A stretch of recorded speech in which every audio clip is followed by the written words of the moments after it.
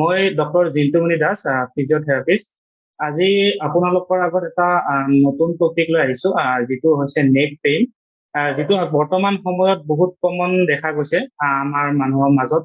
তো সেইটো কিছুমান কি কাৰণত হয় আৰু কিয় হয় সেইটো বিষয়ে আজি আলোচনা কৰিম। গতিকে ডিঙিৰ বিষয়ে ডিঙিৰ বিষ যিটো কওঁ, তো এইটো মেইনলি দুটা কাৰণ আছে। মানে যিটো আমি দুটা বুলি মেনশ্যন কৰিম এতিয়া। একুইট কণ্ডিশ্যন যিটো টকা দিয়াকৈ হয়, মানে এতিয়াই হয়, সেইটো হৈছে একুইট। আৰু এটা হৈছে ক্ৰনিক, যিটো আমাৰ দীঘলীয়া ধৰি ডিঙিৰ বিষ হৈ আছে, আপোনাৰ কৈছে বহুত দিন ধৰি ডিঙিৰ বিষ হৈ আছে, সেইটো ক্ৰনিক। এতিয়া একুইট কণ্ডিশ্যন বুলি যদি মই ক'ব যাওঁ, এতিয়া মানে বৰ্তমান পটকৈ হৈ গ'ল যে আজি আপুনি কৈ আছে যে এতিয়া মোৰ ডিঙিটো বিষ হৈছে, কিবা এটা কৰিলে বা ডিঙি বিষ হৈ আছে, বা আজি ৰাতিপুৱা কৰিলো কিবা এটা কাম, আবেলিৰ পৰা বিষটো আৰম্ভ হৈছে, বা ৰাতিলৈকে আপোনাৰ বিষটো হৈ আছে, বা তেনেকুৱা যিটো হৈছে যে আজিয়ে হৈছে বা অকমান আগতে হৈছে, সেইটো একুইট কণ্ডিশ্যন হয়। একুইট কণ্ডিশ্যনৰ প্ৰথম কাৰণটো হৈছে পষ্টাৰ, আমাৰ যিটো প'ৰ পষ্টাৰ, মানে আপুনি ভালকৈ যদি আপুনি নবহে, যদি ভালকৈ আপুনি ডিঙিটো আপুনি সেই হিচাপে মেইনটেইন নকৰে যেনেকৈ থাকিব লাগে, ঠিক আছে। তো পষ্টাৰটো যদি মেইনটেইন কৰি নাথাকে, তেতিয়া পষ্টাৰত আপোনাৰ আহি যাব। বৰ্তমান ডেইলি লিভিঙত যদি মই ক'ব যাওঁ, আমাৰ মেক্সিমাম মানুহে এতিয়া কম্পিউটাৰ, মোবাইল ফোন এইবিলাক ইউজ কৰে, যাৰ কাৰণে আপোনাৰ ডিঙিটো অনবৰতে আমি তলমুৱাকৈ এনেকৈ থাকো, নাইবা আপুনি নিজৰ কম্পিউটাৰ স্ক্ৰীনখন এডজাষ্ট নকৰাৰ কাৰণে আমাৰ কি হয়, ডিঙিটো এটা প্ৰলং এনেকুৱা এটা পজিশ্যনত থাকি যায়, যাৰ কাৰণে মাচলটো লাহে লাহেকৈ ফেটিক হ'ব আৰম্ভ কৰে, ষ্ট্ৰেইন হ'ব আৰম্ভ কৰে। তো তেনেকৈ ডিঙিৰ বিষটো আৰম্ভ হৈ যায়, ঠিক আছে। তাৰপিছত এটা আছে আপোনাৰ ৰিপিটেটিভ ইঞ্জুৰি। ৰিপিটেটিভ ইঞ্জুৰি বুলি যদি ক'ব যাওঁ, ধৰি লওক আপুনি কেতিয়াবা দৈনন্দিন কামত আপুনি কিবা হেভি ৱেইট লিফটিং কৰিলে, ধৰি লওক আপোনাৰ কিবা পানীৰ বাল্টিং এটাই দাঙি দিলে, নাইবা আপুনি ঘৰৰ চিলিণ্ডাৰটো উঠাই দিলে, ঠিক আছে, নাইবা আপুনি আৰু কিবা বেলেগ বিচনাখন দাঙিলে বা কেনেকুৱা, তো তেতিয়া পটকৈ আপোনাৰ কেতিয়াবা ডিঙিত লাগি ধৰে আমাৰ। তো সেইটো হৈছে আপোনাৰ ৰিপিটেটিভ ইঞ্জুৰিত এটা হয় হেভি ৱেইট লিফটিং, ঠিক আছে। এটা হৈছে আপোনাৰ জাৰ্ক ইঞ্জুৰি। জাৰ্ক ইঞ্জুৰি মানে এইটো কেনেকুৱা, কেতিয়াবা হয় নহয় আমাৰ, কেতিয়াবা আপুনি বাইকত গৈ আছে বা গাড়ীত গৈ আছে, অকস্মাত ব্ৰেক লগাই দিলে তো ডিঙিটো আমাক খপকৈ আগৰ পিনে আহি যায়, মানে ডিঙিটো আগৰ পিনে হতকৈ আহি যায়, যাৰ কাৰণে আপোনাৰ এটা জাৰ্ক অনুভৱ হয়, আৰু কেতিয়াবা তাতে খিটিককৈ এটা শব্দ আপুনি শুনিব পায় হয়তো। তো সেইটো শুনিলে বা এনেকুৱা লাগিছে যে এটা বিষ এটা অনুভৱ হ'ব আৰম্ভ কৰিলে, তাৰ পিছতে অকমান আধা ঘন্টা বা 15 মিনিট পিছত, সেইটো এটা, ঠিক আছে। তো এইবিলাক হৈছে আপোনাৰ একুইট কণ্ডিশ্যন, যিটো মানে টকা দিয়াকৈ হয়, আৰু এইটো বৰ্তমান সময়ত এনেকৈ হোৱা দেখা গৈছে। তো এইখিনি আপোনালোকৰ কমন কণ্ডিশ্যন হয়, মানে এইখিনি প্ৰাইমাৰী কণ্ডিশ্যন। আৰু আছে, ঠিক আছে, কিন্তু এতিয়া আপোনালোকক আমি এইটো বিষয়ে জনাম যে ক্ৰনিক কণ্ডিশ্যন, যিটো দীঘলীয়া সময় ধৰি আপোনাৰ হৈ আছে, যে বহুত দিন হ'ল আপোনাৰ দীঘলীয়া সময় এটা ধৰি লওক আপুনি কৈ আছে যে আজি ডিঙিৰ বিষটো হৈয়ে থাকে, অকমানকৈ হয়, কেতিয়াবা বাঢ়ি যায়, কেতিয়াবা কমি যায়, তো তেনেকুৱা। most commonly হৈছে আপোনাৰ ডিজেনাৰেটিভ ডিস্ক প্ৰব্লেম যিটো হয় আপোনাৰ, যেনেকুৱা আপোনাৰ চাৰ্ভাইকেল স্পন্ডাইলাইটিছ হ'ল, নাইবা অস্টিঅ'আৰ্থ্ৰাইটিছ হ'ল, মানে এইটো আপোনাৰ নেক পৰ্চনৰ কথা কৈছো, তো সেইবিলাক হৈছে ডিজেনাৰেটিভ, মানে আপোনাৰ হাৰ্ডি বিলাকৰ মাজত যিটো স্পেচ থাকে, তো সেই স্পেচটো কমি অহাৰ কাৰণে তাৰ লাহে পষ্টাৰটো বেয়া হৈ যায়। তো লাহে তাৰ যিটো চাৰ্ভাইকেল স্পন্ডাইলাইটিছৰ যিটো আপোনাৰ কাৰ্ভ থাকে, ঠিক আছে, সেই কাৰ্ভটো ৰিডিউচ হয় নাইবা এক্সেছ হৈ যায়, ঠিক আছে।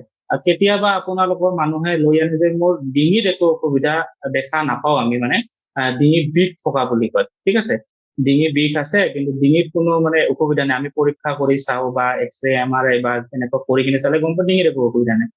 পিছত আমি গম পাওঁ যে এইটো শোল্ডাৰত, আপোনাৰ কাণখনত প্ৰব্লেম থাকে, যেনেকুৱা বহুতে হাতখন উঠাব নোৱাৰে ওপৰৰ পিনে, ঠিক আছে, ওপৰৰ পিনে উঠাব নোৱাৰে, কাষতো নিব নোৱাৰে, পিছপিনে নিব নোৱাৰে, মুচিব নোৱাৰে, তিৰোতা মানুহবিলাকে নিজৰ চুলিখিনি বান্ধিব নোৱাৰে। তো সেইটো হৈছে আপোনাৰ কান্ধৰ বিষটো থাকে। তো ইয়াৰ বিষটো যেতিয়া আৰম্ভ হ'ব, তাৰ কাষৰ মাচলবিলাক লাহে ষ্টিফ হ'ব আৰম্ভ কৰে, টাইট হ'ব আৰম্ভ কৰে, টান হৈ যোৱাৰ কাৰণে এইটো লাহে এইটো পৰ্চনলৈকে আহি কিনে এটা সময়ত ইয়াৰ পৰা ধৰি লয়, এই জেগাখিনিত ধৰি লয়, ঠিক আছে। তো ডিঙিৰ বিষটো তাৰ পৰা এনেকে আৰম্ভ হ'ব ধৰে, ঠিক আছে। আৰু এটা আছে ল'ৰা ছোৱালী বিলাকৰ হয়, পঢ়ি থকা ল'ৰা ছোৱালী বিলাকৰ, যিটো আমাৰ এটা এক্সামৰ এটা ষ্ট্ৰেছ হয় ন কেতিয়াবা, যে অহাকালি এক্সাম বা এনেকুৱা হৈ আছে, তো ষ্ট্ৰেছত আপোনাৰ এই পৰ্চনটো বিষ হ'ব আৰম্ভ কৰে, ঠিক আছে। তো সেইটোতো একেই হয়, তলৰ পিনে হালি থকা যায় বা ষ্ট্ৰেছত আমাৰ মাচল বিলাকক ষ্ট্ৰেছ হয়, সেইটো এটা বহুত দীঘলীয়া কথা, ঠিক আছে। তাৰপিছত আপোনালোকৰ একদম সহজ ভাষাত যদি ক'ব যাওঁ, নেক পেইনত আৰু এটা আছে যে আমাৰ মূৰৰ বিষ হৈ থাকে, বহুতৰ মূৰৰ বিষ আছে, কিছুমানৰ মাইগ্ৰেনৰ সমস্যা আছে, কিছুমানৰ আপোনাৰ এনে আৰু ক্লাষ্টাৰ পেইনে হওক বা যিকোনো হওক, তো হলে প্ৰলং মূৰৰ বিষ হৈ আছে, দিনটো মূৰৰ বিষ হৈ আছে, তো লাহে লাহে মূৰৰ বিষটো আহি এটা টাইমত ডিঙিৰ পিছপিনে ধৰে, ডিঙিৰ পিছফালে দুইটো চাইড ধৰি কিনে এনেকে দুইটা চাইড ইয়ালৈকে আৰু ইফালে ইয়ালৈকে নামি যায়, ঠিক আছে। ডিঙিটো যেতিয়া ওপৰত আগৰ পিনে আনি আৰু বিষটো বেছি হৈ যায়, চিভিয়াৰিটিটো বাঢ়ি যায়, তো সেইটো এটা আছে।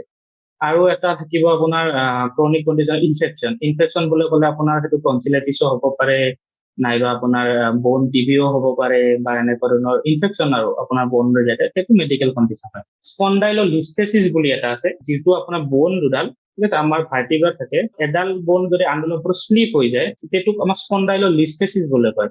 স্পণ্ডাইলোলিস্থেচিছটো একচুৱেলি এটা এনেকুৱা বস্তু, এইটো এনেও হৈ যোৱা বস্তু নহয়, সেইটো আপোনাৰ পটকৈ এক্সিডেণ্ট হলে বেছিভাগ হয়, ডিঙি পৰ্চনত যেতিয়া দুখ পায়, ল'ৰা মানুহ হেলমেট পিন্ধি থাকে, পটকৈ লাগি গৈছে, তো সেইটো শ্লিপ হৈ যোৱাৰ চান্স এটা থাকে, ঠিক আছে। তো সেইটো হয়। এতিয়া এইখিনি হৈছে একুইট আৰু ক্ৰনিক কণ্ডিশ্যন। মই আপোনাক নেক পেইনৰ বিষয়ে, ডিঙি বিষৰ বিষয়ে তো অকমান মই বুজাই দিলো, ঠিক আছে। এইকেইটাই সাধাৰণতে আমি হোৱা দেখা পাওঁ।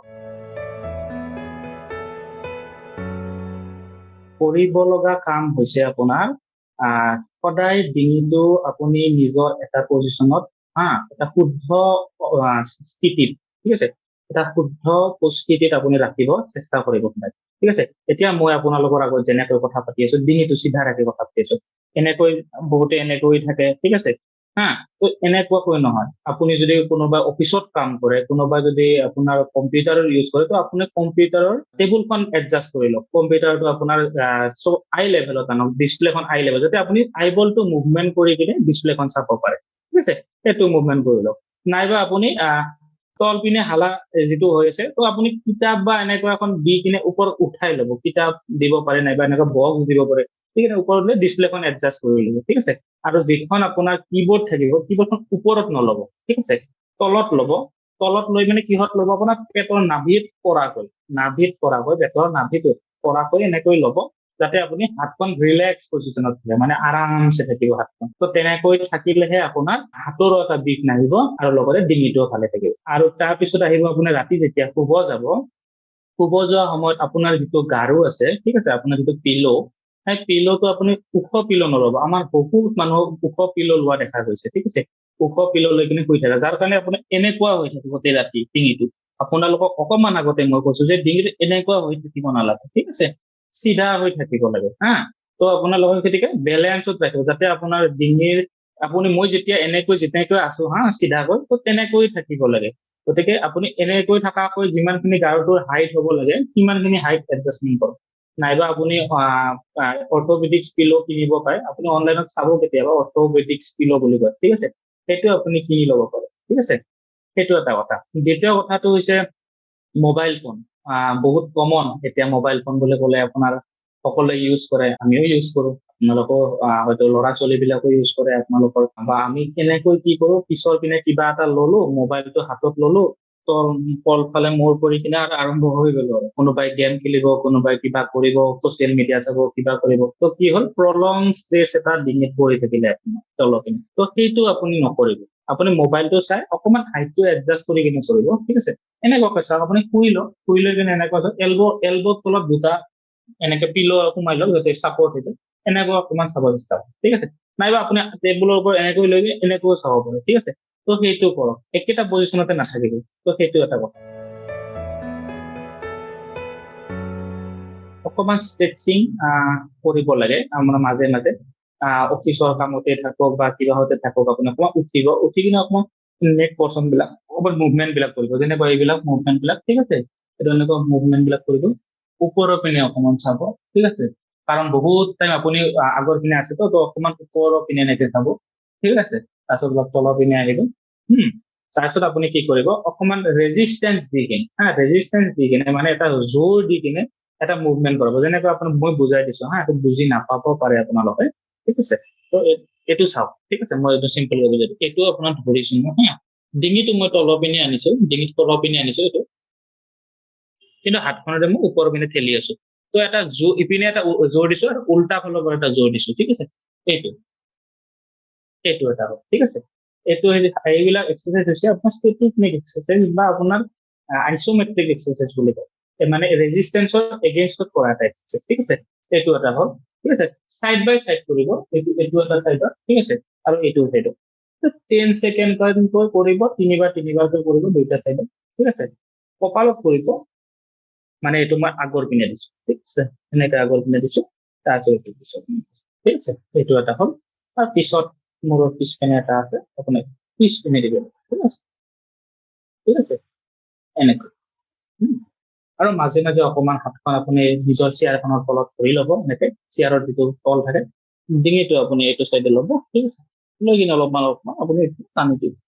এইটো আপোনাৰ যিটো মাচল আছে, যিটো মাংস পেশী আছে, এইটো ষ্ট্ৰেচিং কৰিব কাৰণে কৈছো, ঠিক তেনেকে এনেকে ইফালে তো এইটো কৰক। আৰু আপুনি কৰিব অকমান গৰম পানীৰে গা ধুব পাৰিলে ভাল, ঠাণ্ডা দিনৰ কাৰণে কৈছো, ঠিক আছে।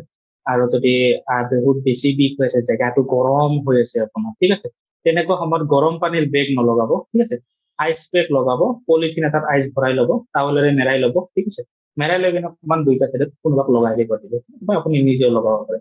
আৰু জেগাটো যদি ঠাণ্ডা হৈ আছে, টাইট হৈ আছে, আপুনি গম পাইছে জেগাটো ঠাণ্ডা হৈ আছে, বিষ আছে, তেতিয়া আপুনি হট ফৰ্মেন্টেশ্যন ল'ব পাৰে। গৰম পানী বেগ পায়, ৰাবাৰৰ বেগ, সেই ৰাবাৰৰ বেগত গৰম পানী লগাই দিলে আপুনি দুই চাইডে লগাব, ঠিক আছে। আৰু যেতিয়া মই কলো কি কি হলে আপোনালোকৰ ডক্টৰক দেখাব লাগে, তো সেইটো হলে কিন্তু আপোনালোকে দেৰি নকৰিব, তো তাতে ডক্টৰক দেখাই কিনে পৰামৰ্শ লওক, মেডিচিন দিব, লগতে যদি বেছি হয় তো ডক্টৰে আপোনালোকক ৰিকমেণ্ডেশ্যন কৰিব ফিজিঅথেৰাপিৰ কাৰণে, ঠিক আছে, তো আপোনালোকৰ ফিজিঅথেৰাপিটো যাব পাৰে।